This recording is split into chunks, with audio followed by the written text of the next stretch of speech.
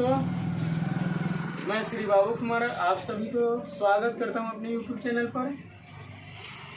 हम लोग आज कुछ बेसिक सा टॉपिक पढ़ने वाले हैं जो मैथ का ही टॉपिक है, जिसको हम लोग कहते हैं परिमेय संख्या।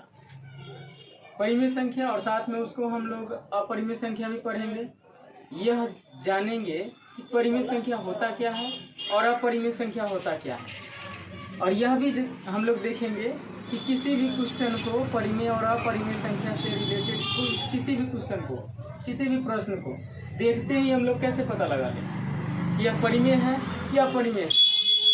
यह किसी भी एग्जाम में 2 से 3 क्वेश्चन पूछा जाता है। किसी भी एग्जाम में बैठो, टेंथ का एग्जाम हो या कोई कंपटीशन का एग्जाम हो, है ना। ज़्यादा करके यह वीडियो जो है 10th क्लास के बच्चों के लिए ज़्यादा यूजफुल है। तो परीक्षा भी नज़दीक आ रहा है ना। 2023 में परीक्षा है ना जी, 2023 में है तुम लोगों का परीक्षा। तो यह वीडियो तुम लोगों के लिए भी काफ़ी खास होगा। यह वीडियो अगर देख लेते हो तो 2 नंबर तुमको एग्जाम में बना कर जाएगा, छूटेगा नहीं है। तो चलिए हम लोग जो है शुरू करने से पहले हम आप लोग को कुछ समझाना चाहते हैं। देखिए, अगर बरसात के टाइम से पहले अगर घर को ठीक तरह से रिपेयर कर लिया जाए, मरम्मत कर लिया जाए, तो बरसात के समय में घर में रहने का मजा दुगुना हो जाता है ना, दुगुना जी। एकदम मस्ती से बारिश का आनंद हम लोग लेते रहते, आराम से मस्ती से घर में रहते हैं। ठीक उसी प्रकार किसी एग्जाम से पहले हम लोग अगर तैयारी खूब बेहतर कर ले तो एग्जाम का मजा भी हम लोग को दुगुना आता है, खूब मजा आता है एग्जाम देने में, है ना जी। और अगर तैयारी ही ठीक से ना हो तो क्या मजा आएगा एग्जाम देने में। तो इसी चीज को देखते हुए 2 से 3 महीना मैट्रिक का परीक्षा होने में बाकी है ना, 2 से 3 महीना। और इसी के दृष्टिकोण को देखते हुए हम लोग जो है आज से ही, अभी से ही तैयारी करना शुरू कर देते हैं। तो चलिए हम लोग अब देर न करते हुए शुरू करते हैं परिमेय संख्या, है ना। देखिए आप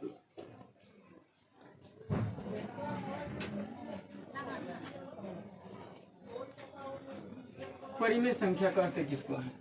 परिमेय संख्या पहले हम लोग ये जानेंगे कि परिमेय संख्या कहते किसको है। तो देखो, परिमेय संख्या का एक सामान्य सी परिभाषा है। क्या परिभाषा है? तो वैसी संख्या जिसे p/q के रूप में लिखा जा सके। वैसी संख्या जिसे p/q के रूप में लिखा जा सके उसे परिमेय संख्या कहते हैं। जहाँ p और q पूर्णांक हो, लेकिन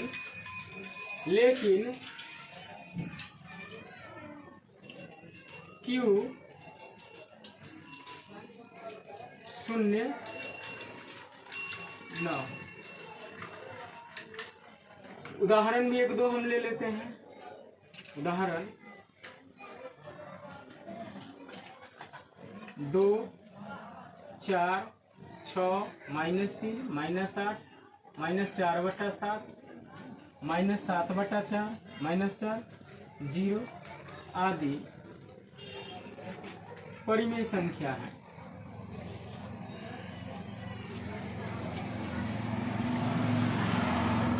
परिमेय संख्या है। अब देखिए, हम लोग समझते हैं कि परिमेय संख्या क्या है। परिमेय संख्या वैसी संख्या जिसे p/q के रूप में लिखा जा सके, है ना।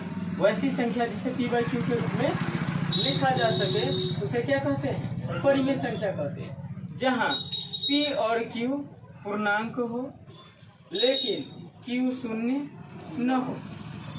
p/q के रूप में तो होगा, है ना, लेकिन q जो है q शून्य के बराबर नहीं होगा। समझे ना जी। क्यू शून्य के बराबर नहीं होगा। उदाहरण 2, 4, 6, -3, -8, -4/7, -7/-4, 0 आदि ये सब परिमेय संख्या है। अब देखो कहोगे कि 2 तो p/q के रूप में है नहीं, है ना, तो 2 p/q के रूप में कैसे होगा?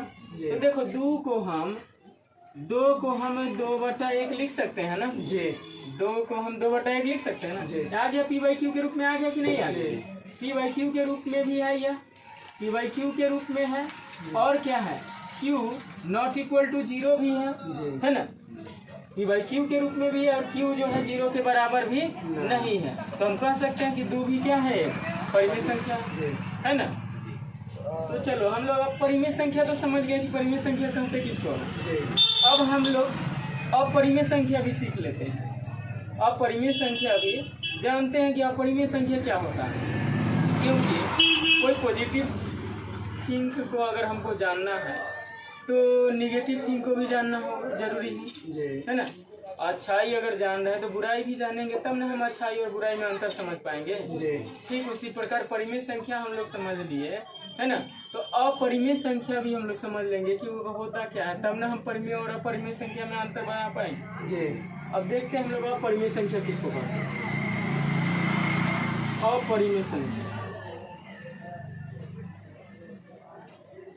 अपरिमेय संख्या वैसी संख्या जिसे p/q के रूप में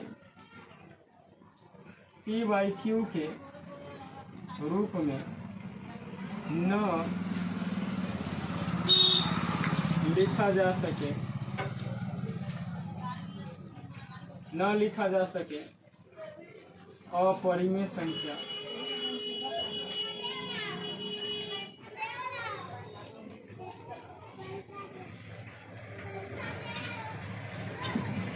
अपरिमेय संख्या कहलाती है।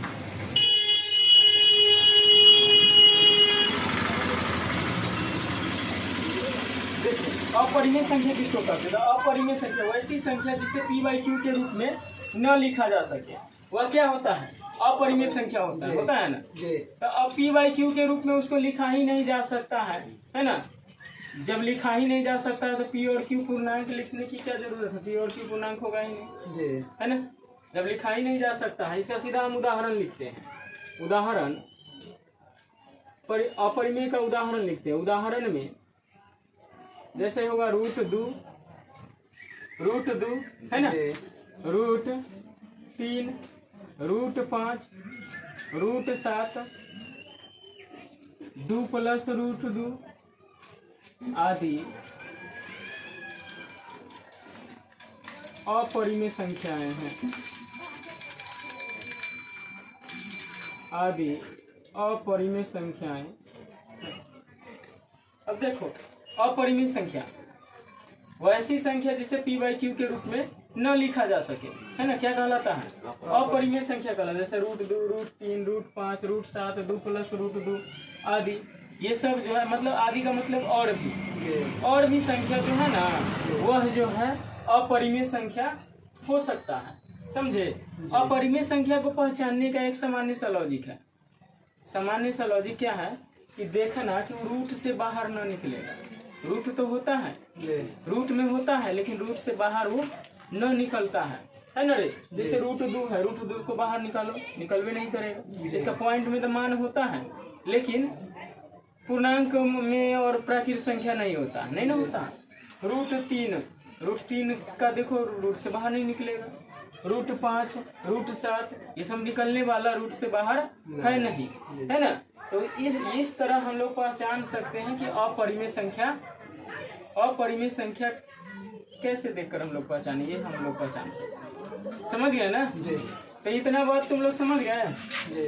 चलो अब आगे हम देखो, इतना तो हम लोग जो है सीख लिए कि परिमेय संख्या कहते किसको है और अपरिमेय संख्या किसको कहते हैं, है ना। अब हम जो है क्या यह भी सीखेंगे कि किसी भी संख्या को देखते हुए कैसे पता लगा ले झट से 1 सेकेंड में कि परिमेय संख्या है कि अपरिमेय संख्या है ना।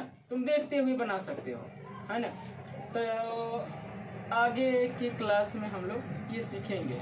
समझ गए?